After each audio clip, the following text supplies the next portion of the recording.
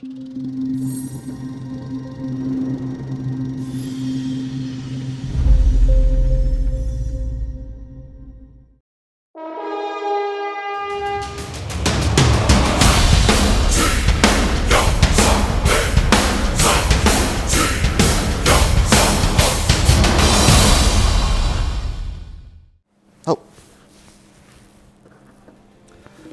to Unit 1, where we'll read Snorri's Prose Edda and become familiar with Old Norse myths and their characters. The Prose Edda was written down by the amazingly named Icelandic statesman Snorri Sturluson sometime around the year 1230.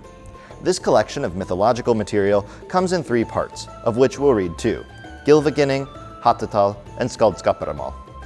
Before we do that though, it's worth asking, what is myth? A classic definition is that myths are simply narratives about the adventures of gods. You might have heard myths about Greek and Roman deities going around seducing people or turning them into beasts as punishment. But myth is found far beyond the walls of Roman and Greek literature. Myths seem to be universal, from ancient Egypt to Mesoamerica, from Babylon to India, from China to Polynesia. It seems that every language and people group comes with their own myths. In fact, the great 19th century scholar of myth, Friedrich Max Müller, famously quipped that myth is a disease of language. He supposed that myths actually started out as descriptions of natural phenomena, like storms or the changing of seasons, and that these stories were elaborated and embellished over time into full-blown narratives. So tales of the god Jupiter, a name which ultimately comes from a Proto-Indo-European word meaning the shining one, started out as metaphorical descriptions of the sun and the seasons that were personified. This rationalistic approach is one way to read myths, assuming that they sort of snowball from simple descriptions into the forms that we find in literature. But it's not universally accepted. In fact, the view deeply offended another author and scholar, a mythmaker himself. J.R.R. Tolkien reversed the formulation, declaring, "Language is a disease of myth." The implication seems to be that humans have myth and story deep in our bones, and we can't help but look at the world and imagine fantastic tales and sweeping adventures. Tolkien half-jokingly suggests that languages were made up then in order to meet our inherent need to tell good stories. Keep these extreme views in mind as we explore the myths of the Vikings. Do these Eddic tales seem like folk narratives that grew in the telling, or do they strike you as amazing stories meant to convey important truths? Something else to keep in mind about myths is that they change from generation to generation as they're retold and remade. Myths tend to epitomize culture. We pass on the ones that we find most meaningful, that reflect our values. As an example of modern American myth, we can turn to George Washington and the cherry tree. Scholars know that this story never actually happened. Nevertheless, as Americans, we love telling our children that as a child, George Washington was given a hatchet for his birthday, and that he promptly went and chopped down one of his father's cherry trees.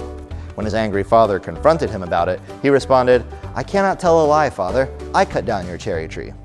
Why do we enjoy this myth so much? George Washington is a symbol of the kind of honest and hard-working public servant that we like to imagine founded this nation. The narrative imbues the very roots of American culture with shades of honesty and courage and bold, decisive action. Whether or not that reflects actual truth about our practices today, it's what we like to imagine is true about us. Myth works like that.